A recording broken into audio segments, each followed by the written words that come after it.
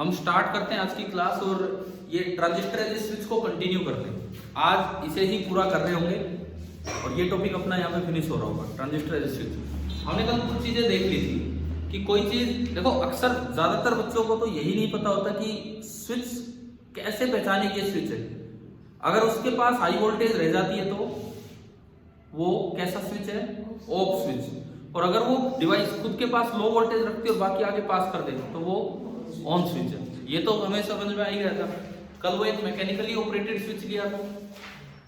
इसके बाद आज एक वोल्टेज ऑपरेटेड स्विच हम लेके चल रहे हैं, वोल्टेज ऑपरेटेड स्विच, और जिसको नाम दिया है ये ट्रांजिस्टर। ठीक है, ट्रांजिस्टर कैसे स्विच की तरह काम करेगा यही चीज हमें सीखनी होगी इस क्लास में। अच्छा टॉपिक है, अच्छे से सीखना कि कैसे काम करता है। देखो, मान लो ये जो मटेरियल है, सपोज ये सिलिकॉन का बना हुआ है। कल वाले सर्किट से मैं आगे कंटिन्यू कर रहा हूं। सपोज ये सिलिकॉन जंक्शन है इसमें, या सिलिकॉन प्योर सेमीकंडक्टर था। सिलिकॉन की थ्रेशोल्ड वोल्टेज शायद 0.6 वोल्ट के आसपास होती है। ठीक है, लगभग इतना ही होता है। सिलिकॉन के लिए जो थ्रेशोल्ड वोल्टेज 0.6-0.7 कुछ ऐसा ही है, 0.6 वोल्ट है। मतलब इसके बाद फॉरवर्ड बाइसिंग में वो काम करने लगेगा। 0.6 तक तो उसमें करंट, मतलब अगर मैं उसकी फॉरवर्ड बाइसिंग भी कर दूं पीएन जंक्शन की और 0.6 वोल्ट से कम वोल्ट लगा रहा हूं तो भी करंट ना के बराबर होता है और उसके बाद वो राइज करता है। याद है वो ग्राफ इस तरह का? ठीक है, तो अब हम यहाँ पे इसकी वर्किंग समझेंगे और इसकी वर्किंग में जो सबसे अच्छा पार्ट है ग्राफ, उसे बोलते हैं ट्रांसफर कैरेक्टरिस्टिक्स। तो नेक्स्ट हेडिंग, ये जो उसी टॉपिक को हम कंटिन्यू कर रहे हैं जो पिछले लेक्चर में था, हेडिंग डाल दीजिए ट्रांसफर कैरेक्टरिस्टिक्स।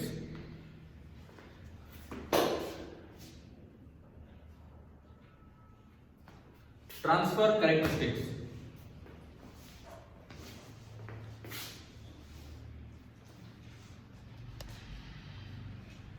मैं इसी साइड दिखाता हूं बोर्ड पे क्या होती है ट्रांसफर कैरेक्टरिस्टिक। देखो ना, क्या ये कल नहीं बनाया था हमने? बनाया था ना, तो बस उससे आगे मैं ही नहीं दोबारा बना रहा। आप क्यों बना रहे हो? बस उसी को तो आगे कंटिन्यू कर रहे हैं कल वाले टॉपिक को। ट्रांसफर कैरेक्टरिस्टिक एक ग्राफ होता है। इधर से आप दे देते वी इनपुट और बाहर ये क्या मिल रहा है? We output. वी आउटपुट और वी इनपुट के बीच का जो ग्राफ है वही क्या है? आपका ट्रांसफर कैरेक्टरिस्टिक। तो मैंने कल एक चीज लिखवाई थी, अभी इसको एक्सप्लेन करेंगे कि जब आप लो इनपुट देते हो, जब आप वी इनपुट कम देते हो तो वो ऑफ स्विच था कि ऑन स्विच था? बताओ बताओ। ऑफ। और अगर आप हाई इनपुट दोगे तो वो ऑन हो जाएगा, था ना ये? तो सुनो ये एक बार, पहले तो एक ग्राफ सुनिए क्या होता है। ये ग्राफ शुरू में यूं चलता है, यहाँ पे कुछ नॉन लीनियर सा ट्रांजिशन होगा, फिर ये शार्प स्ट्रेट लाइन आता है और यहाँ ये लगभग 0 के आसपास हो जाता है। ये क्या दिखा रहा है? सुनो, जब आप वी इनपुट को लो लेते हो, मतलब 0.6 वोल्ट से कम, तो बताना वी आउटपुट हाई है कि लो है? हाई है। तो ये कैसे स्विच की तरह काम कर रहा है? कैसे स्विच? Off switch. कल बताया था, उसको कंटिन्यू कर रहे हैं, थोड़ा रिमाइंड करो आप। सारी वोल्टेज खुद ही रोक के बैठ गया, तो कैसा स्विच है? ऑन। और जब आप वी इनपुट कम कर देते हो, बिकॉज ये वैसे बटन तो है नहीं, मैकेनिकली ऑपरेटेड नहीं है, ये वोल्टेज ऑपरेटेड है। जब आपने वी इनपुट को कम किया, आप अपनी कॉपी में देखो पिछली क्लास में क्या लिखा हुआ है। तो वी इनपुट कम होगा तो ट्रांजिस्टर सारी वोल्टेज खुद रोक के बैठ जाता है, तो कैसा स्विच है? ऑफ। और ये वी आउटपुट जो हमने इस सर्किट में बनाया था, ये ट्रांजिस्टर के अक्रॉस वोल्टेज है। तो जब वी इनपुट कम लिया तो वी आउटपुट ज्यादा है, तो ये कैसा स्विच है? ऑफ। और जब वी इनपुट ज्यादा किया तो वी आउटपुट कम हो गया, तो ये कैसा स्विच है? On switch. लगभग 1 वोल्ट के आसपास जाके ये हो जाता है ऑन स्विच। ये है इसकी ट्रांसफर कैरेक्टरिस्टिक। ठीक है, अब एक दिन पहले जब रीजन ऑफ ऑपरेशन बताए गए थे, रीजन ऑफ ऑपरेशन, तो मैंने आपको बताया था कि ट्रांजिस्टर ऑफ स्विच की तरह तब काम करता है जब उसका रीजन ऑफ ऑपरेशन कौन सा हो? Cut off.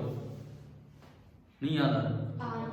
तो ऑन स्विच की तरह कब काम? सैचुरेशन। यानी कि यहां उसका रीजन ऑफ ऑपरेशन सैचुरेशन होगा, और जो मिडल रीजन है वो एक्टिव रीजन है, यहां वो स्विच की तरह काम नहीं करता है। तो अगर आपको स्विच की तरह काम करवाना है तो इस रीजन को बहुत कम रखना होगा, या तो ऑन ही रहे या वो, या तो ऑफ ही रहे या वो ऑन ही रहे। और ये नॉट गेट भी है। कैसे नॉट गेट, देखो यहीं से समझ आ रहा है। इसकी ट्रुथ टेबल आप बनाओ।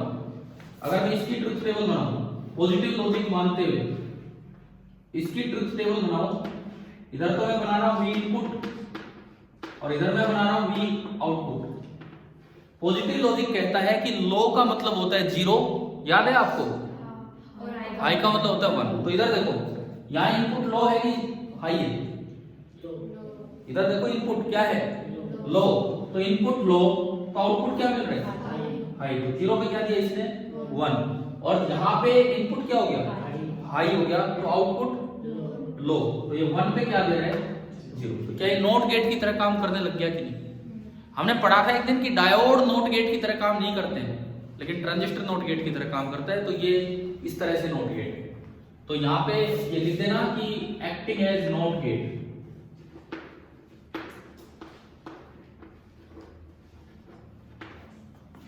कि it is acting as not gate.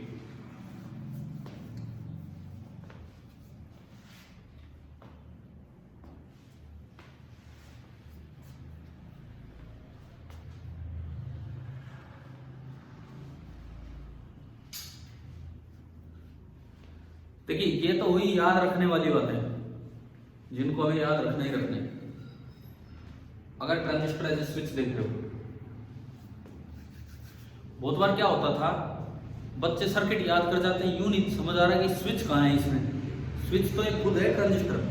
क्या इस ग्राफ से समझ आ रहा है कैसे स्विच की तरह काम कर रहा है? जब सारी वोल्टेज खुद ही रोक के बैठ गया, वी आउटपुट बहुत ज्यादा इसके अक्रॉस दिख रहा है, तो ये क्या है, ऑफ।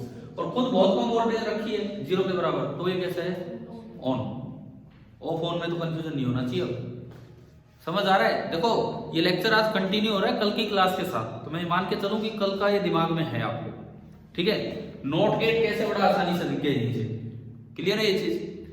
अगर मैं इसको बार बार नोट वाला सिंबल दूं तो ऐसे बनाते थे हम, अंदर 2 डायोड दिए कभी कुछ लिए, तो आप एक यू सिंबल बना के दिखा भी सकते हैं, बबल लगा के कि ये नोट गेट है। मत लगाओ, ऐसा करने की जरूरत नहीं है, बस बताया है मैंने कि ये क्या है, ठीक है। अब इन ट्रांसफर कैरेक्टरिस्टिक्स के तीनों पार्ट हम एक्सप्लेन करते हैं, तीनों रीजन हम एक्सप्लेन करते हैं। एक कट ऑफ रीजन होगा जिसमें 0.6 वोल्ट से कम है, फिर ये एक्टिव रीजन होगा और फिर ये सैचुरेशन।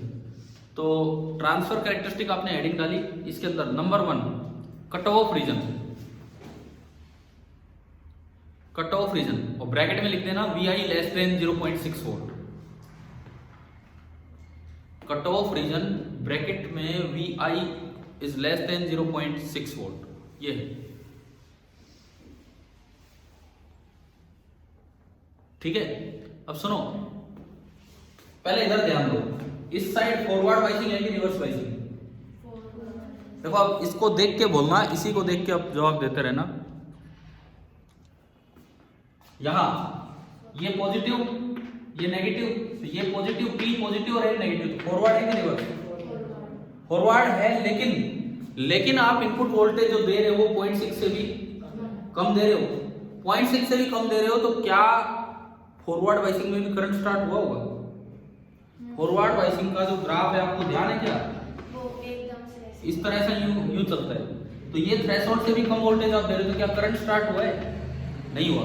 कहने को ही फॉरवर्ड है, लेकिन IB तो 0 है, इनपुट करंट IB था और आउटपुट करंट था IC। तो ये कहने को ही फॉरवर्ड वाइसिंग है, लेकिन IB तो कितना है इसमें, 0। तो IB 0 का मतलब है कि जब इनपुट में कोई करंट ही नहीं जा रहा है तो it is equivalent to a reverse biased diode. आप खाली ये देख के इसे फॉरवर्ड वाइसिंग ना कहें कि P पॉजिटिव पे है और N नेगेटिव पे है। क्या करंट बन पाया? नहीं बन पाया, तो इसे हम फॉरवर्ड की कैटेगरी में नहीं, हमारे लिए जिस तरह काम कर रहा है कौन सी कैटेगरी में होगा, रिवर्स। रिवर्स कैटेगरी में है तो IB कितना, 0।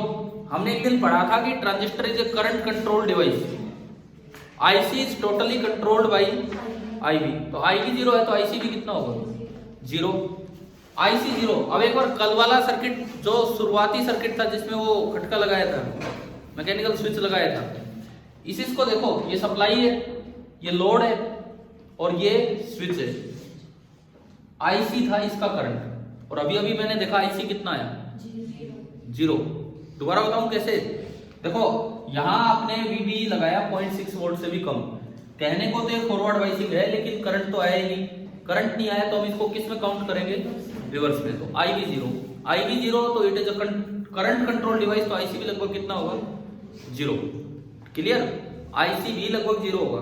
और IC अगर 0 हुआ तो क्या इस सर्किट में कोई करंट आया, नहीं आया, तो ये ऑन स्विच है कि ऑफ स्विच है, ऑफ स्विच। अच्छा, फिर ये कट ऑफ रीजन क्यों है, इधर IB 0 उधर IC 0, तो इधर ये रिवर्स बायस उधर वो रिवर्स, और दोनों रिवर्स को कौन सा रीजन बोलते हैं, कट ऑफ रीजन। क्या आप सभी को ट्रांसफर कैरेक्टरिस्टिक का पहला पार्ट समझ आ गया? मैं एक बार रिपीट कर दूं सबके लिए, मैं एक बार रिपीट कर रहा हूं, सुनो। हमने पढ़ा ट्रांजिस्टर एज ए स्विच, कल वाला काम हमने कंटिन्यू किया। तो एक चीज मैंने आपको बताई थी कि अगर आप लो इनपुट देंगे तो वो ऑफ स्विच की तरह काम करेगा, कल लिखवाया होगा, ये लिखवाया था। और अगर आप हाई इनपुट देंगे तो वो ऑन स्विच की तरह। ऑफ स्विच क्या करता है, सप्लाई सारी वोल्टेज अपने पास रोक के बैठ जाएगा, और ऑन स्विच खुद नहीं रोकेगा, आगे पास कर देगा, आर को दे देगा। ऑफ स्विच होगा तो IC फ्लो नहीं कर पाएगा, और ऑन स्विच होगा तो IC फ्लो करेगा। ये सर्किट नहीं है मेरे लिए मेन सर्किट कौन है, ये वाला। इसमें लोड लगा है, इसमें सप्लाई और इसमें स्विच। ये तो एक स्विच को कंट्रोल करने वाली कोई वोल्टेज है इधर, और कुछ नहीं। फिर हमने एक ट्रांसफर कैरेक्टरिस्टिक बनाई, जो बोर्ड पे उधर बनाई मैंने, उसमें 3 रीजन बनाए। अच्छा, कल ये भी बता दिया था, दोबारा मैं बता रहा हूं, तीसरी बार बता रहा हूं, ये लगा लो कि कम इनपुट दोगे तो वो कैसा स्विच है, ऑफ स्विच है, तो उसके पास वोल्टेज आई होगी। ज्यादा इनपुट दोगे तो ऑन स्विच है तो वोल्टेज लो होगी, ऑलमोस्ट 0। अब ये हमने इसकी ट्रांसफर कैरेक्टरिस्टिक्स बनाई, तो ये ऐसा बना, ये V आउटपुट है जो स्विच के पास, और ये V इनपुट है जो आप उधर से कंट्रोल कर रहे हो। V इनपुट कम है तो ये बहुत ज्यादा है, तो ऑफ स्विच। V इनपुट ज्यादा किया तो ये बहुत ही कम हो गया। बीच में ये एक एक्टिव सा रीजन आता है, ये हमने लिखा है, ये सैचुरेशन, ये सैचुरेशन, ये कट ऑफ और ये एक्टिव। फिर हमें इन तीनों रीजन्स को एक एक करके, तीनों तो क्या, 2 ही एक्सप्लेन करने हैं, ये और ये। पहले मैंने ऑफ वाला एक्सप्लेन किया कि क्यों यहाँ वोल्टेज बहुत ज्यादा है, आउटपुट वोल्टेज बहुत ज्यादा है, तो उसकी एक्सप्लेनेशन ये थी, मैं लिखवा भी दूंगा अभी। उसकी एक्सप्लेनेशन ये थी कि अगर आप यहां से कम वोल्टेज दोगे, कहने को तो इसकी फॉरवर्ड बाइसिंग है, लेकिन करंट तो 0 है, ये VI ग्राफ नहीं है, करंट ही 0 है, तो इट इज इक्विवेलेंट टू कि आपने कैसी बाइसिंग की है, reverse. IB 0, transistor is a current control device. IC IB पे डिपेंड करता है, IB 0 तो IC भी लगभग कितना हो जाएगा, 0। थोड़ा सा लीकेज करंट होता है, ICO बताया था मैंने एक दिन, IB होने पे भी ICO, लेकिन इसीलिए हम उसको अप्रोक्सीमेटली हाई और अप्रोक्सीमेटली लो मान के चल रहे हैं। ना तो देखो 0 पे टच किए, ना तो मैंने वो 0 पे टच किया, और ना ये एग्जैक्टली कहा है कि पूरा पूरा VCC यहाँ होगा। थोड़ा बहुत नेग्लेजिबल सा करंट आ सकता है, लेकिन उस लीकेज करंट को हम इग्नोर करें। तो यहाँ पे IC 0, तो ये स्विच, ये सर्किट कंप्लीट है या ऑफ पड़ा है, ऑफ। इसका ये मतलब हुआ कि जो ट्रांजिस्टर है ये ऑफ स्विच की तरह काम कर रहा है। अच्छा, ये सर्किट कंप्लीट ही नहीं हो रहा, तो इसकी वोल्टेज का कुछ भी पार्ट यहाँ तो आया नहीं, ICRC, तो सारी की सारी वोल्टेज कहाँ आ जाएगी, यहाँ आ जाएगी, और ये लगभग VCC के बराबर होगा। अब तो आप हेडिंग डाल लो, डाल भी दी थी आपने। नंबर 1 कौन सा रीजन, कट ऑफ रीजन, और उसमें VI आपने माना लेस देन सिलिकॉन के लिए 0.6 वोल्ट। इसमें लिखो ये कौन सा जंक्शन है, BE, तो BE junction base emitter junction, तो BE junction is forward biased, BE junction is forward biased, but IB is 0. But IB is 0, so it is behaving as किस तरह से, reverse biased. It is behaving as reverse biased, ठीक है। उसके बाद since transistor is a current control device, since the transistor is a current control device, comma IC is also 0, IC is also nearly 0, nearly वो nearly क्यों बोला है मैंने, किस चीज का ध्यान रखा है, लीकेज करंट पढ़ा था ना एक ICEO, थोड़ा सा उसका ध्यान रख लिया और कुछ नहीं। IC ब्रैकेट में चाहिए लिख दो कि IC इज नियरली 0। अच्छा, अब अगर IC 0 है, आप इस सर्किट में देखो, इस सर्किट में कोई करंट आ नहीं रहा है, यहां जो वोल्टेज होनी चाहिए प्लस माइनस, हमें इसको बोलना चाहिए ये ऊपर कौन है कलेक्टर, नीचे कौन है एमीटर। यहां है माइनस प्लस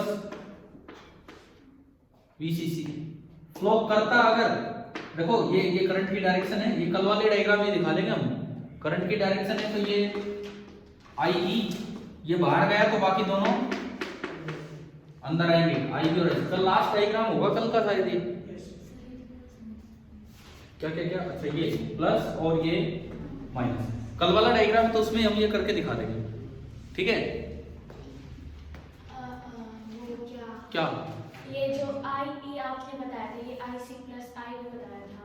हाँ तो ये आई भी आ रहा है, ये आई सी आ रहा है, आई ई जा रहा है नीचे। इसका एरो जो होता है वो आई ई देता है, अगर ये बाहर गया तो बाकी दोनों अंदर आएंगे। मैं ये जनरल बना रहा हूं, अभी हम केस फर्स्ट को एक्सप्लेन कर रहे हैं, उसमें यूज करेंगे, लेकिन डायग्राम तो आपने पहले बनाया हुआ था। और इस डायग्राम के साथ अगर जगह हो, अगर इस डायग्राम के साथ जगह हो तो हम इस सर्किट में केवीएल लगाए, इस डायग्राम के साथ में जगह हो और उसको कोई इक्वेशन स्टार बोले आएंगे। इस सर्किट में केवीएल लगाओ, केवल और केवल इस सर्किट में केवीएल, किरचॉफ वोल्टेज लॉ। पहली एंट्री कहां से, मान लो मैं यहां से स्टार्ट करूं माइनस से एंट्री लेते हैं तो प्लस के साथ लिखा जाता है, याद है ये केवीएल लगाना। प्लस से एंट्री लेते हैं तो माइनस के साथ, तो यहां देखो यहां तो माइनस प्लस वीसी, यहां माइनस प्लस वीसीसी, और ये करंट ऐसे जा रहा है तो ये प्लस ये माइनस, और यहां होगा आईसी इंटू आरसी। एक छोटा सा सर्किट है, भूल जाओ यहां कुछ है, ये तो केवल कंट्रोल करने वाला सर्किट है। कहां पे कहां पे कहां पे माइनस, ये जो माइनस ये आईसी आरसी, ये क्या आना चाहिए नेगेटिव, क्यों, क्योंकि वो करंट इस डायरेक्शन में आ रहा है। किसी डायरेक्शन में हो। हमने क्या पढ़ा है, एक रजिस्टर में जहां से करंट एंटर करता है हमेशा वो प्लस होता है और दूसरा माइनस। आई अभी निकला है तो बाकी दोनों तो अंदर आएंगे। तो इस साइड रहेगा ना, मतलब ऐसे इससे ये करंट है क्या, ये करंट है, करंट नहीं। तो फिर मेरे लगाने का क्या मतलब, प्लस माइनस मेरे हिसाब से थोड़ी पलटेंगे। एक सर्किट में मैं कहूं चल भाई यूं चल तो ये पॉजिटिव हो गया, चल भाई यूं चल तो ये पॉजिटिव, ऐसे नहीं होगा। करंट कैसे जा रहा है उसके अकॉर्डिंग पॉजिटिव होता है। आपके घूमने की डायरेक्शन का करंट से कोई लेना देना नहीं। क्या इस काम का जो सर्किट है, क्या उसमें तीनों जगह प्लस माइनस समझ आ गया हमें? दोबारा देख लो, शायद नहीं आए। बैटरी का तो फिक्स है, बड़ी लाइन पॉजिटिव, छोटी लाइन नेगेटिव। इसका एरो इधर है तो एमीटर करंट बाहर आया तो बाकी दोनों करंट अंदर आ गए, क्लियर। और करंट अगर ये बाहर आया ये अंदर आया तो ये करंट यहीं से तो घूम के जा रही है। और एक रजिस्टर का हमें पता होता है कि जहां से करंट एंटर करता है वो हाई पोटेंशियल होता है और दूसरा लो। और यहाँ करंट इधर से आ रहा है, ये हाई पोटेंशियल है, लो, ये कितना लिखते थे हम VCE, आउटपुट VCE है। ये वाला पॉइंट आपने बाहर भेज रखा है, इधर ये वाला पॉइंट बाहर भेज दिया, तो जो V आउटपुट है वो सिंपली क्या है, VCE। अब जी आप यूं घूम जाओ और जी यूं घूम जाओ, उससे फर्क नहीं पड़ता। मान लो मैं यूं घूम रहा हूं, वो तो मेरा घूमना है, करंट का घूमना थोड़ी है। आप कहीं से घूमो, घूम के वहीं आना है। अगर आप माइनस से एंट्री लेते हो तो वो वोल्टेज प्लस के साथ लिखो, और प्लस से लेते हो तो वो माइनस के साथ। ये भी बात पता है कि नहीं केवीएल लगाने में? नहीं तो फिर केवीएल कैसे लगाते हो? किरचॉफ वोल्टेज लॉ में किसी को कोई डाउट है? किरचॉफ वोल्टेज लॉ में हमेशा चेंज इन पोटेंशियल लिखा जाता है। अगर आप माइनस से प्लस जा रहे हो तो लो से हाई गए हो या हाई से लो? लो से हाई तो कोई चीज बढ़ी है या कम हुई है? जब भी कोई चीज बढ़ती है तो चेंज पॉजिटिव होता है। जब भी कोई चीज बढ़ती है तो उसमें चेंज क्या होता है, पॉजिटिव। और कोई चीज कम होती है चेंज होता है फाइनल माइनस इनिशियल। कोई चीज कम हो तो उसमें चेंज क्या होता है, नेगेटिव। याद रखो हमेशा केवीएल लगाते समय अगर आप पहले प्लस माइनस लिख लिया आपने, माइनस से एंट्री लो तो वो चीज कैसे लिखी जाती है, हमेशा प्लस के साथ वो वोल्टेज, और प्लस से एंट्री लो तो वो चीज माइनस। क्या रीजन समझ आ गया है, क्या रीजन है? अब देखो मैं ची यूं घूमूं और ची यूं घूमूं, उससे फर्क नहीं पड़ रहा क्योंकि इक्वल टू 0 आना है। मान लो मैंने यूं घूमना स्टार्ट किया, ची करंट यूं आए, पहली एंट्री, चलो यहां पे चलते हैं, पहली एंट्री कहां से हो रही है, माइनस से प्लस जा रहे तो वो चीज बढ़ी या कम हुई? बढ़ी तो चेंज पॉजिटिव है नेगेटिव? हाँ तो इसको सीधा याद रखो ना, माइनस से एंट्री है तो प्लस, ठीक है। तो केवीएल की मैं अगर इक्वेशन लिखूं केवीएल तो ये बनेगी VCE अगली एंट्री माइनस से है तो भाई जैसे मैं जानू जाना है प्लस ICRC, अगली एंट्री माइनस प्लस से है तो माइनस VCC और इक्वल टू 0। क्या केवीएल इक्वेशन बनानी आ गई कि इसमें भी कंफ्यूजन है? मैं ये सोच रहा था केवीएल तो शायद एक बार में ही समझ आ जाए। यहां से V आउटपुट क्या आ रहा है? V आउटपुट कौन सा है इन तीन टर्म्स में से? VCE ही बाहर मिल रहा है। तो अगर मैं यहां से देखूं तो V आउटपुट की वैल्यू क्या आई, उनको उधर भेज दो। तो मेरे पास आया V आउटपुट बराबर VCC माइनस ICRC, और इसको इक्वेशन नंबर स्टार बना के ऊपर ही रख लो ताकि हम केस फर्स्ट में यूज कर पाए। कहीं भी रख लो, चाहिए यहां रख दो या कहीं भी।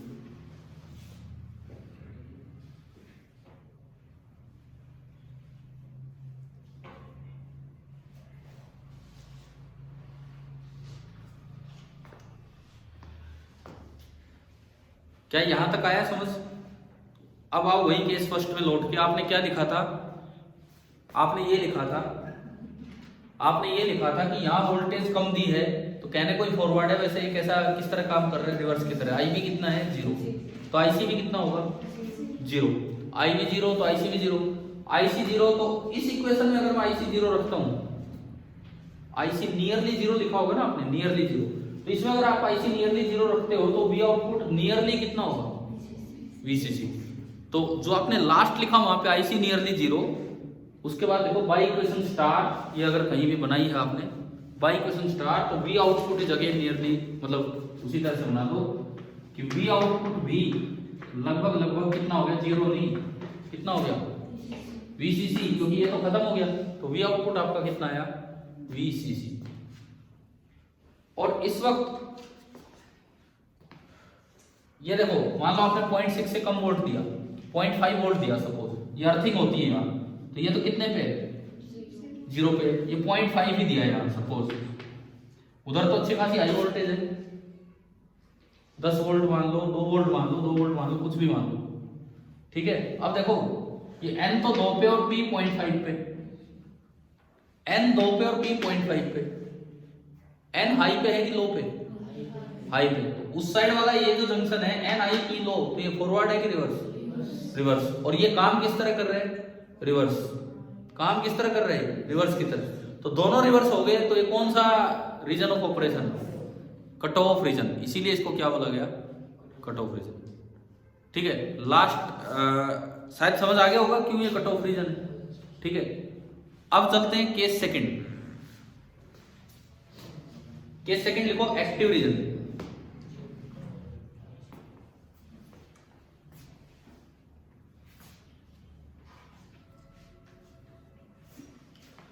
और इसमें वो ब्रैकेट में वो रेंज दे देना कि VI कितने से कितने तक? 0.6 से 1 तक लगभग। ब्रैकेट में आप ये रेंज लिख लेना कि जो केस सेकंड है उसमें VI 0.6 वोल्ट से लेके VI 0.6 वोल्ट से लेके 1 वोल्ट तक हो। ये हमने इसमें माना केस सेकंड। अब आप 0.6 से ऊपर गए तो अब ये फॉरवर्ड बायस है कि रिवर्स बायस? पहले तो ये बताओ। था तो फॉरवर्ड पहले भी, परंतु अब आप 0.6 से ऊपर चले गए तो इसमें करंट भी फ्लो करने लग गया। तो फॉरवर्ड बायस है कि रिवर्स बायस? फॉरवर्ड। और जैसे जैसे आप वोल्टेज बढ़ाओगे 0.6 से 1 तक जाओगे, IB बढ़ेगा। IB बढ़ेगा तो IC भी बढ़ेगा, करंट कंट्रोल डिवाइस है। IB बढ़ेगा तो IC भी बढ़ेगा। कई बातें निकल जाती है इतनी देर में, तो सुनने वाले सुन लेते हैं, बाकी बैठे रहते हैं। इधर ध्यान दो, सुनो। जब आप 0.6 से आगे गए तो असल में ये फॉरवर्ड बायस की तरह काम करेगा, और 0.6 से 1 तक जाओगे तो IB बढ़ना स्टार्ट होगा।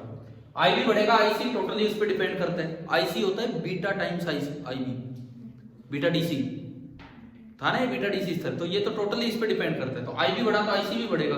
अब इक्वेशन स्टार पे नजर डालो, अगर IC बढ़ेगा तो V आउटपुट क्या होगा? कम होगा, और कम हो रहा है उसमें वो जो हमने ट्रांसफर कैरेक्टरिस्टिक बनाई थी उसमें वो नीचे आ रहा है। तो केस सेकंड हम थोड़ा एक्सप्लेन करें, देखिए। नाउ IB फ्लोज इतना लिख दो, FLOWS। Now IV flows and EB junction behaves as forward biased.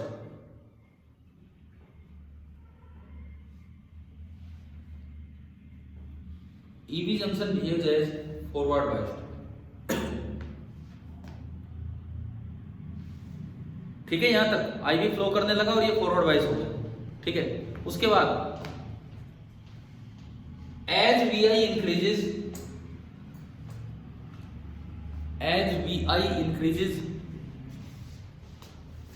VI को बढ़ाओगे तो उससे IB बढ़ेगा, IB also increases,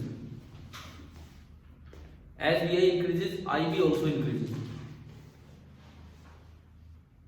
उसके बाद so IC also starts increasing,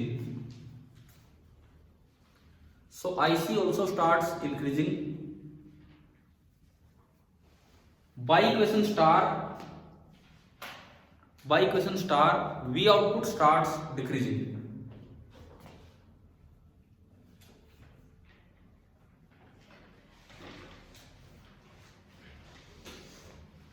ठीक है, IC बढ़ने लगा तो V आउटपुट डिक्रीज होने लग गया। अब इस समय कौन से रीजन में, ये कैसे पहचाने हम, रीजन कैसे पहचाने, रीजन ऑफ ऑपरेशन। इधर तो दिख ही गया, आपने देख ही लिया कि ये करंट फ्लो कर रहा है, ये पॉजिटिव है नेगेटिव, P पॉजिटिव है नेगेटिव, कौन सा रीजन हुआ ना, और से कौन सी बाइसिंग हुई, फॉरवर्ड। EB जंक्शन की तो कैसी बाइसिंग होगी, फॉरवर्ड। अब थोड़ा उधर समझना है कि ये जो दूसरा जंक्शन है इसकी कैसी बाइसिंग है, ये P है, ये N है। उधर देखना हमें कि भाई इसकी कैसी बाइसिंग है। सपोज आपने 0.8 ले रखा है कि भाई ये तो 0 पे है और ये मैं कितने पे मानूं, 0.5 की बजाय कितने पे, 0.8 पे। P ले लिया आपने 0.8 पे। ठीक है, अब उधर अभी करंट स्टार्ट हुआ है फ्लो करना, करंट फ्लो करना स्टार्ट हो रहा है। सपोज ये 2 वोल्ट की बैटरी है, मैं कहता हूं कि ये 2 वोल्ट की बैटरी है।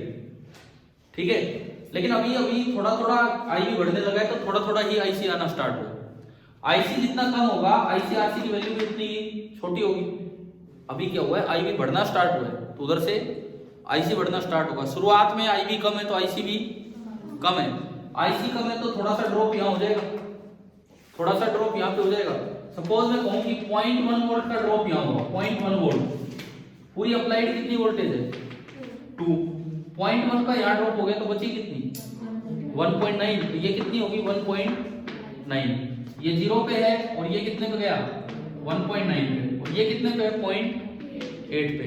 ये 1.9 पे, ये 0.8 पे। नहीं समझ आ रहा हो तो बीच में बोल देना, मैं दोबारा बता दूं, क्योंकि वही डायग्राम चल रहा है, दोबारा सुन लो। चलो आप एक बार, हम ये चेक कर रहे हैं कि ये दूसरा जंक्शन कैसी बाइसिंग पे है। सुनो, आपने इसको तो कर दिया 0.8 पे, 0.6 से ऊपर, तो फॉरवर्ड वाइज हो गया। N 0 पे, P 0.8 पे, तो फॉरवर्ड वाइज हो गया। अब मैं उस जंक्शन को चेक करूं, मान लो ये 2 वोल्ट की बैटरी थी और शुरू में बहुत कम करंट आया तो 0.1 वोल्ट यहाँ ड्रॉप है, तो 2 का 0.1 यहाँ ड्रॉप हुआ तो 1.9 यहाँ बच गया, 1.9 यहाँ है और ये अर्थिंग होल्ड पॉइंट है 0 पे, तो ये कितने पे गया 1.9 पे। अब देखो P तो 0.8 पे लो पे और N कितने पे 1.9 पे हाई पे, तो कैसी बाइसिंग इधर फॉरवर्ड उधर रिवर्स एक्टिव। तो हमने वो बीच वाला ग्राफ में कौन सा रीजन बताया था, एक्टिव। कब तक एक्टिव रहेगा, और सुनो, धीरे धीरे IB बढ़ेगा, इधर से आप VI बढ़ा रहे हो तो IB बढ़ेगा, IB बढ़ेगा तो IC बढ़ेगा, और IC बढ़ेगा तो इसके पास ड्रॉप बढ़ेगा। पीछे आपने बहुत छोटा ड्रॉप लिया 0.1, बढ़ेगा ना ये, थोड़ी देर के बाद बढ़ते बढ़ते बढ़ते बढ़ते मान लो ये हो गया 1.3 वोल्ट, ये हो गया 1.3 वोल्ट। ठीक है, 2 का 1.3 यहाँ तो बचा कितना 0.7, 2 वोल्ट की बैटरी है 1.3 यहाँ तो बचा कितना 0.7, ये 0 पे तो ये 0.7 पे, ये तो 0.7 पे हुआ, और ये कितने पे, तो P हाई पे हो जाएगा और N लो पे। P हाई N लो तो कौन सा रीजन हो गया ना, फॉरवर्ड बाइसिंग होगी, और इधर भी कौन सी चल रही है, तो दोनों फॉरवर्ड होंगे तो सैचुरेशन। तो क्या ट्रांसफर कैरेक्टरिस्टिक थोड़ी देर बाद ही सैचुरेशन में चलेगी है कि नहीं, तो क्या उसका रीजन समझ आ गया क्या है, समझ आया कैसे होगा। तो चलिए अब एक्टिव रीजन की एक्सप्लेनेशन देते हैं थोड़ी सी, कुछ लिखा है हमने इसमें, एक्टिव वाला हो गया ना पूरा, एक्टिव में पूरा लास्ट तक बता दिया कि बाइसिंग कैसी है और ये सब। चलो ठीक है, लेकिन एक्टिव रीजन में ट्रांजिस्टर स्विच की तरह काम नहीं करता है। तो जब भी ट्रांजिस्टर को स्विच की तरह ऑपरेट करवाना हो तो इनपुट वोल्टेज ऐसे दी जाएगी कि या तो वो कट ऑफ रीजन में ही रहे या फिर वो सैचुरेशन रीजन में ही रहे। इस बात का ध्यान रखा जाता है कि यहाँ पे ये इस तरह से काम नहीं करेगा। आपकी बुक में ना ये ट्रांसफर कैरेक्टरिस्टिक बड़े अच्छे से दिखा रखी है पूरी बुक में। मेरी बुक में पेज नंबर 496 है। अगर आपके पास ये पुरानी वाली बुक है तो पेज नंबर 496 पे आप देख सकते हो कि क्यों है, कैसे काम कर रहे हैं।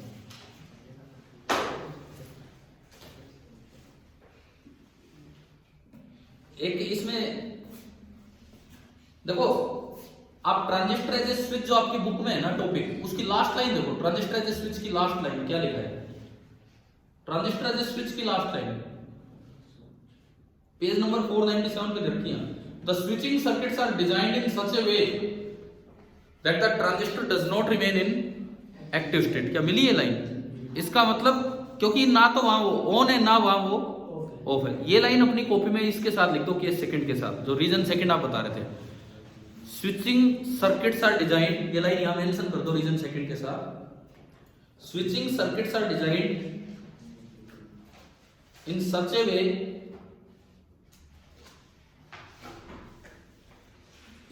way that the transistor does not remain in active state.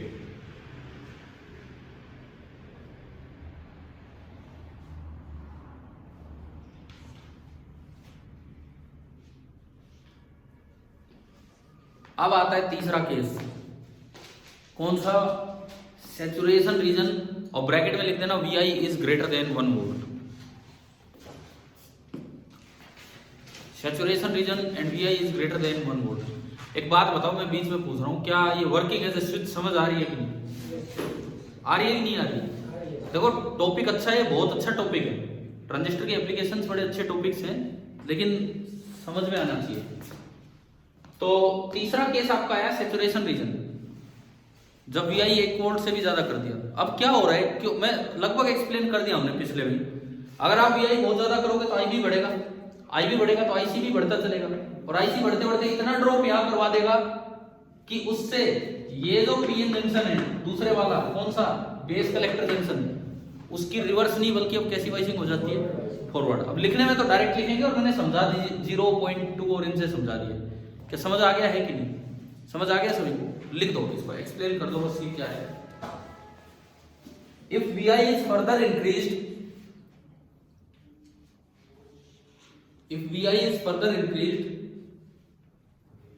the value of IC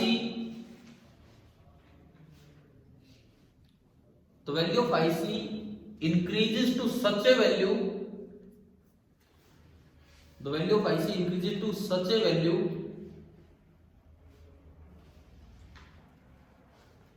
that major part of VCC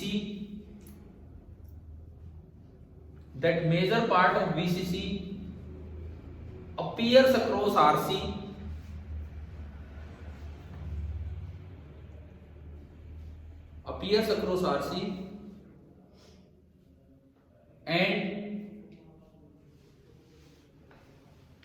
and a negligible part across the transistor.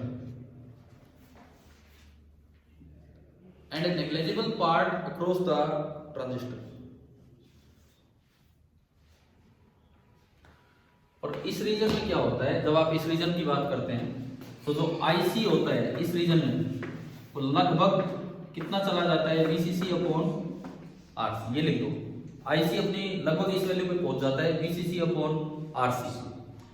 Put in equation star में IC की value रखो तो V output कितना आ रहा है? Nearly 0।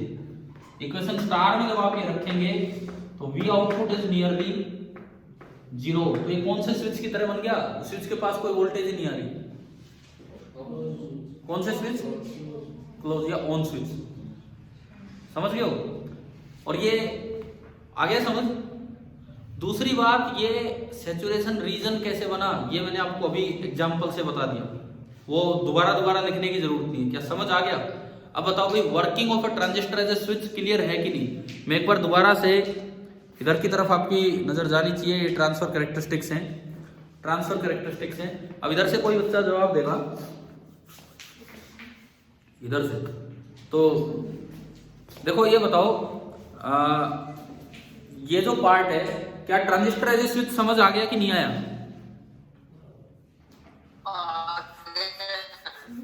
ठीक है ठीक है ठीक है, ऐसा लग रहा है गुफा में बैठ के बोल रहे हो। ठीक है चलो ठीक है, क्योंकि अक्सर ये होता है बच्चा एम्पलीफायर कट जाता है ऑसिलेटर, ये स्विच में तो ना दिक्कत कहाँ थी, स्विच ही नहीं दिखता, कहीं पता ही नहीं लग पा रहा होता है क्या है क्या नहीं है। सबसे मेन सर्किट कौन सा है इसमें, आउटपुट वाला इनपुट वाला?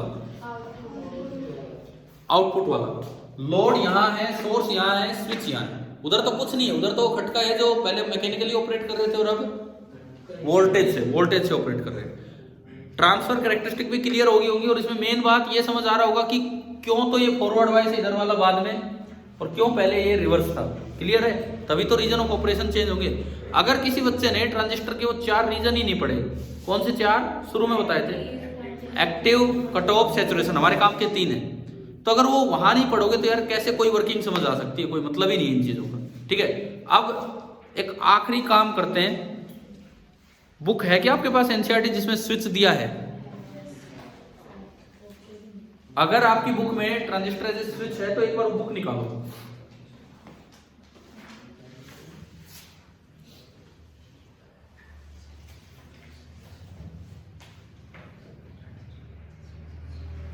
इसमें एक दो बातों का ये ध्यान रखना, ये जो ग्राफ जहां चेंज होता है, कट ऑफ से एक्टिव में जाएगा तब भी ग्राफ नॉन लीनियर है, और एक्टिव से सैचुरेशन में जाएगा तब भी नॉन लीनियर। बिल्कुल कोई शार्पली डिफाइंड पीक पॉइंट नहीं होता कि एकदम से स्टार्ट हो गया, एकदम से नहीं, नॉन लीनियर होते हैं दोनों जगह ग्राफ। ये बुक में लिखा भी होगा, पक्का लिखा होगा कहीं ना कहीं, ये लिखा था शायद इसमें। हाँ ये देखो, जो जिनके पास ये किताब है वो देखो, ट्रांजिस्टर एज ए स्विच का जो लास्ट पैराग्राफ जहां स्टार्ट होता है उससे ऊपर वाली लाइन, लास्ट पैराग्राफ जहां स्टार्ट होता है उससे ऊपर वाली लाइन।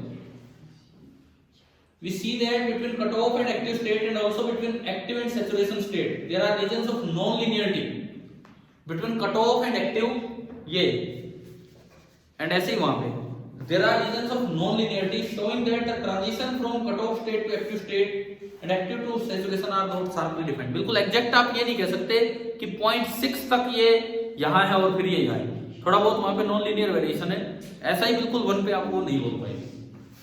ठीक है, एक हमने ये लो और आई और लो वाली बातें इसमें हो रही है, अगले पैराग्राफ में आप पढ़ना। मैंने आपको नोट गेट की तरह बता दिया, आज सभी को समझ आ गया कि कैसे नोट गेट है। और लास्ट लाइन मैंने अभी पढ़ाई थी, उसमें लिखता है कि अगर स्विचिंग ऑपरेशन लेना है तो आप एक्टिव मोड में नहीं लिया जाता, या तो हाँ ठीक है, एक्टिव में वो एम्पलीफायर की तरह काम करने लग जाएगा, वो हमें नहीं करना है यहाँ पे। ठीक है, वो हमने पहले बता रखा आपको। अब बुक में एक क्वेश्चन है, एक ही सवाल है इस किताब में ट्रांजिस्टर एज ए स्विच पे। Sold example number 9। क्या कल हमने सोल्ड एग्जाम्पल नंबर 8 पढ़ा था क्या? 8 वो शायद कैरेक्टरिस्टिक के ऊपर था, है ना भाई। अगर ये सिलेबस में रहा, पूरे चांस है कि ये सोल्ड एग्जाम्पल क्वेश्चन बन के आएंगे, पूरे चांस है, और करके गए हो तो हो जाएंगे, नहीं तो नहीं ध्यान आते क्या है क्या नहीं। तो चलिए हम स्टार्ट करें सोल्ड एग्जाम्पल नंबर 9। भाई आपकी किताब में है क्या ये या नहीं है? नहीं है तो आधा इंटरेस्ट तो वैसे ही कम हो जाता है ये टॉपिक पढ़ने का। चलो कोई नहीं, ये इसी साल की किताबों में हटाए गए हैं, लेकिन मैं अब यहाँ बोर्ड पे फिर बता देता हूँ कि क्या है ये सवाल। डायग्राम नहीं दिया इन्होंने, बोला वही डायग्राम है पीछे वाला। ये लिखता है द वीवीबी सप्लाइड, ये जो वीवीबी की सप्लाई है ना, वीवीबी, मैं एक बार इसका डायग्राम बनाता हूँ। इन्होंने जो डायग्राम दिया है वो, इसको हटा रहा हूँ।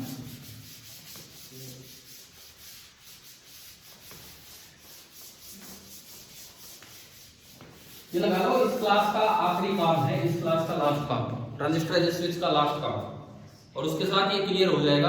और इस क्वेश्चन से आपको पता लगेगा कितना समझ आया कितना नहीं। देखिए इसमें लिखता है इन फिगर 14.31a, तो मैं अगर बुक से 14.31a बनाऊं तो पिछले पेज पे, तो देखो 14.31a ग्राफ नहीं है, ये डायग्राम है। मैं ये डायग्राम बना ही देता हूं। इसमें ये एक बैटरी लगा रखी है, उस पे एरो लगा रखा है, VBB। उसके इधर एक वोल्टमीटर लगा रखा है देखने के लिए,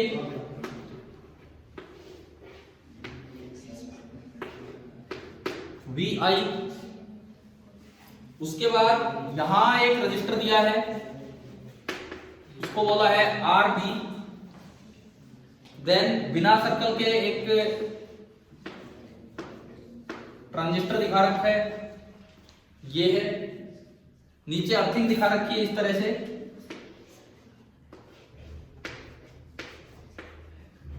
ये दिया है। और इसके बाद दूसरी साइड में वही लोड और सोर्स। देखो इन्होंने लिखा नहीं है ना, तो स्विच लिखा, ये तो क्या है, स्विच है। ये RC लिख दिया उन्होंने शायद, RC मतलब हमारे लिए वो लोड है।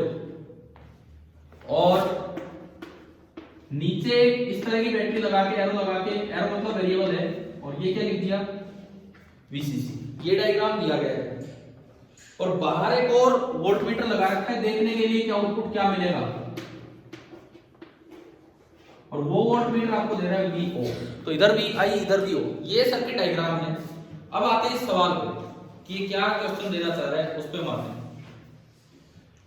ये लिखता है VBB supply can be varied from 0 volt to 5 volt. ये जो वेरिएशन यहाँ दिखाया है ना, VBB मतलब ये V इनपुट को बता रहे हैं कि V इनपुट को आप इस क्वेश्चन में 0 वोल्ट से कहां तक ले जा सकते हो, 5 वोल्ट तक। 0 वोल्ट से 5 वोल्ट तक आप ले जा सकते हो। द सिलिकॉन ट्रांजिस्टर, सिलिकॉन बोल दिया तो वो फिक्स है, उसकी थ्रेशोल्ड वोल्टेज आप नियरली 0.6 वोल्ट मान सकते हो। सिलिकॉन मतलब 0.6 वोल्ट पे जाके उधर की तरफ बदलेगा। Has a beta DC, beta DC 250 दिया है भाई। इसका बीटा डीसी आपको 250 दिया है। हमने पढ़ा था बीटा एसी में तो, हाँ बीटा एसी में तो चेंज लेना होता, पर इसमें तो डायरेक्ट है। ये करंट यू, ये तो IE, ये इधर से IC और इधर से IB। तो बीटा डीसी का मतलब आपको क्या दे दिया, IC अपॉन IB। जो दिया हो कम से कम वो तो हम क्लियर करें कि क्या क्या दे रखे हैं। बीटा डीसी आपका ये दिया है। उसके बाद RB दे दिया 100 किलो ओम। ये RB की वैल्यू है 100 kilo ohm. Kilo means 10 to power 3, तो 10 to power 5 ओम हो गया, RB हो गया। RC है 1 किलो ओम। 1 किलो ओम मतलब 10 to power 3 ओम। ये आपको हो गया RC। उसके बाद assume that the transistor is saturated। जब ट्रांजिस्टर सैचुरेट होता है VC is 0 volt and VB is 0.8 volt. एक चीज और दे दी, सैचुरेट होने का मतलब है ऑन स्विच की ऑफ स्विच, ऑन। तो एक इंफॉर्मेशन इन्होंने और दे रखी है कि जब ट्रांजिस्टर ऑन स्विच की तरह काम करेगा उस वक्त VCE तो बिल्कुल 0 मानना है। वो लगभग 0 बोल रहे थे, ये लगभग 0, ये कह रहा है बिल्कुल 0 मानो। VCE तो बिल्कुल 0 मानो। और उस वक्त VBE आपको कितना मानना है, 0.8। अरे बड़ा दिमाग खराब हो जाता है इन सवालों में। अगर थोड़ा सा भी सर्किट क्लियर नहीं है ना, समझ ही नहीं आएगा। इतनी चीजें दे दी, ये दे दिया, वो दे दिया, ये दे दिए, कभी कुछ हो रहा है कभी कुछ, कैसे करे कैसे नहीं, कुछ समझ नहीं आता। लेकिन सुनो आगे देखो, calculate the minimum base current for which the transistor will reach saturation. आपको पहले पार्ट में बड़ा क्लियर सोचना है। पहले पार्ट में ये पूछा है कि वो बेस करंट बताओ जब ट्रांजिस्टर सैचुरेशन रीजन में चला जाए। वो बेस करंट आप बताओ जिस वक्त ट्रांजिस्टर सैचुरेशन रीजन में चला जाए। तो अगर मैं फर्स्ट पार्ट की बात करूं, फर्स्ट पार्ट आपको IB बताना है कब, जब वो एंटर कर रहे हैं किस रीजन में, सैचुरेशन रीजन में। कोई बात नहीं, देखते हैं। IB बताना है, IB आया पड़ा है, अगर IC आ जाए तो। इधर तो सोचो ही मत यार, हमारा सर्किट कौन सा है स्विच में, वो इधर सोचो ही मत। तो कई तो IB में ही अटक के रह जाते हैं, वो इधर ही KVL लगाने लग जाएंगे, फिर कुछ होगा ही नहीं। IB आया पड़ा है अगर IC आ जाए तो कैसे ना, IB आया पड़ा अगर IC आए तो कैसे, इससे, ठीक है, बीटा से। तो मतलब मुझे तो IC लाना है। IC आया पड़ा है अगर VCE आ जाए तो कैसे, मेरे पास KVL की इक्वेशन थी, और VCE दे रखा है ऑन होते ही कितना है, 0। तो अब स्टार्ट हो जाओ वहां से। कैसे, यहाँ KVL की इक्वेशन क्या की आपको ध्यान हो तो, ये प्लस माइनस VC और इसकी वैल्यू हमने लिखी थी ना अभी, VCC माइनस। अब बोला है जैसे ही वो ऑन होगा, सैचुरेट होगा, VC कितना होना है,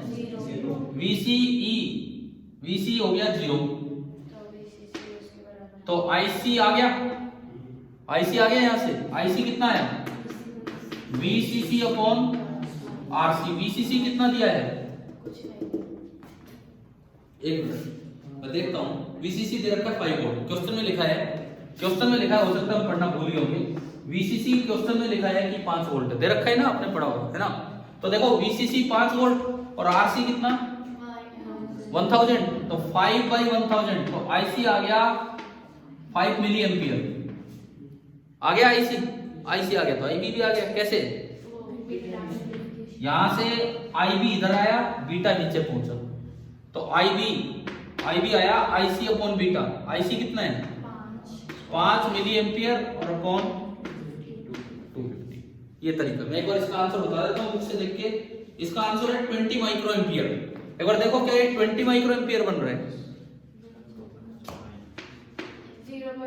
देखो 1 5 5 25 50 माइक्रो बनाना है तो 1000 से और मल्टीप्लाई कर दो, ये माइक्रो हो गया। 1000 से डिवाइड, 1000 से मल्टीप्लाई, 0 0 आए 50 ही तो हो गया ना, 20 ही हो गया, 510, तो ये कितना आया 20 माइक्रो एम्पियर। क्या ये सवाल यहाँ समझ आया कि कैसे किया आपने? देखो अगर आपको सर्किट क्लियर है तो होगा, नहीं तो हो ही नहीं सकता यार, आप अटक जाओगे IB में ही घूमते रहोगे। एक बार मैं फिर बता दूं, IB तब आएगा जब IC आ जाए बीटा की मदद से, IC तब आएगा जब मेरे पास VC पता हो, और सैचुरेशन में कुछ ना दिया हो तो VC कितना मान लेना है 0, कुछ दिया हो तो वो मानना है। परंतु यहाँ तो इन्होंने दिया भी क्या है 0, नहीं देते तब भी हम 0 ही मानते लगे। क्या ये समझ आया कि नहीं आया? ठीक है, चले आगे। दूसरा पार्ट लिखता है डिटरमाइन V1 किसको बोला इसने, VI होगा ये। Determine VI when the transistor is switched on। अब ये कह रहे हैं कि VI कितना है जब आपने ट्रांजिस्टर को स्विच ऑन किया है। अब आपको इधर आना पड़ेगा, अब और कोई तरीका नहीं, अब इधर आना पड़ेगा। VI कितना है जब आपने ट्रांजिस्टर को ऑन किया है, स्विच ऑन। तो देखो VI तो ये वोल्टेज है, यही तो है VI, समझ आए ना, यही वाली वोल्टेज है। इधर घूमना पड़ेगा, इधर घूमना पड़ेगा। अब देखते हैं कैसे। इन्होंने कहा है दूसरे पार्ट में कि VI बताओ जब स्विच ऑन हो गया है उस वक्त VI क्या होगा, स्विच ऑन कब होगा, मतलब कितनी VI देके स्विच ऑन हो। अभी हम ले रहे थे एक एग्जांपल 0.6 से 1 दिया था हमने, तो वहां स्विच ऑन कितने पे हो रहा था 1 पे तो स्विच ऑन हुआ था वो तो मैंने एक एग्जांपल सा लिया था, अभी लिया था ना 1 पे स्विच ऑन हुआ। इस सवाल में पूछा है कितने पे स्विच ऑन होगा। IB ला चुके आप, और जब स्विच ऑन होता है तो VB दे रखा है कितना। अब इधर ध्यान दो,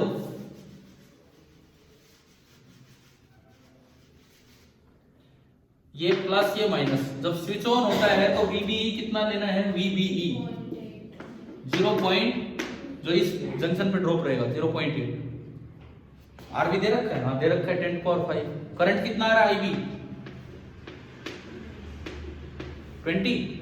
20 माइक्रो एम्पियर ही है। यहां बताओ प्लस माइनस कितना है? अरे नहीं, I into R drop 20 into 10⁻⁻6 या 2 into 10⁻⁵, और ये है 10⁵, कितना बचा 2 वोल्ट। ये कितना है 0.8, और यहाँ जो है यही क्या आपका VI। घूम जाओ जी, माइनस से एंट्री ली तो प्लस का VI। अरे यही तो घूमना है इसमें, समझ रहे हो क्या? ये तो यही है, ये और ये तो पैरेलल में है। माइनस से एंट्री ली तो प्लस का VI, समझ आया? फिर उसके बाद प्लस से एंट्री ली तो -2, और उसके बाद प्लस से एंट्री ली -0.8, और इक्वल टू कर दिया क्या 0। बताओ भाई क्या KVL लगाना आ रहा है? देखो हम वहां से शुरू हुए, IC निकाला, बीटा का यूज करके IB निकाला, और अब KVL लगा के V इनपुट ही निकाल दिया। क्या है ये और ये कोई फर्क नहीं है, ये तो पूरा ही लिखा रखा था V इनपुट। देख लो एक बार VI कितना आ रहा है 2.8। ठीक है, तो ये सेकंड पार्ट में पूछा था कि VI की वैल्यू बताओ जब ट्रांजिस्टर स्विच ऑन होगा, तो हमें पता लग गया कि ट्रांजिस्टर स्विच ऑन कितने वोल्ट पे हो रहा है 2.8 पे, 1 पे नहीं हो रहा। वो जो अभी वो तो एक एग्जांपल लिया था हमने, कितने पे 1 पे बोल दिया, 1 पे नहीं, ये वाला कितने पे ऑन होगा 2.8 पे। तीसरा पार्ट क्या है भाई, आपके समझ आ गया क्या है? Third part, find the range of V1 मतलब V input for which the transistor is switched off and switch on. अब सारी रेंज बता दो, सारी रेंज अब आ गया सब कुछ। स्विच ऑन कितने पे हुआ है 2.8 पे, सिलिकॉन है तो फिक्स है 0 से 0. तो आप पूरी रेंज बताओ। अगर वो ऑफ स्विच है तो 0 से 0.6 वोल्ट, ऑन स्विच है तो 2.8 से आगे आगे, और 0.6 से और 2.8 तक वो स्विच की तरह काम ही नहीं कर पाएगा, क्योंकि वो कौन से मोड में है, एक्टिव रीजन में। बल्कि इस सवाल में आ जाए कि ट्रांसफर कैरेक्टरिस्टिक बनाओ तो वो भी बना सकते हो, वही सेम, ठीक है 0.6 तक, लेकिन फिर आगे 1 तक नहीं, 2.8 तक। और जब इसको यूज करेंगे स्विचिंग एप्लीकेशन में तो कभी भी इनपुट वोल्टेज 0.6 से 2.8 के बीच में नहीं देंगे, नहीं तो वो ऑन ऑफ की तरह काम नहीं कर पाएगा। तो अब आप ये बताओ, क्या आपको ट्रांजिस्टर एज ए स्विच ढंग से कंप्लीट हो गया है कि नहीं, समझ में आ गया है कि नहीं? और खासकर ये एनसीईआरटी का क्वेश्चन देखो, पूरे चांसेस होते हैं कि अगर ये नीट या जेईई मेंस में हो सिलेबस में तो ये ही सवाल आ जाए या थोड़ा सा चेंज करके आ जाए। एक्सरसाइज में कोई क्वेश्चन था नहीं स्विच के ऊपर, तो क्या ट्रांजिस्टर एज ए स्विच समझ आ गया? अब ट्रांजिस्टर की बची है केवल 2 एप्लीकेशन, कौन कौन सी, एम्पलीफायर एंड ऑसिलेटर, वो हम बाद में करेंगे।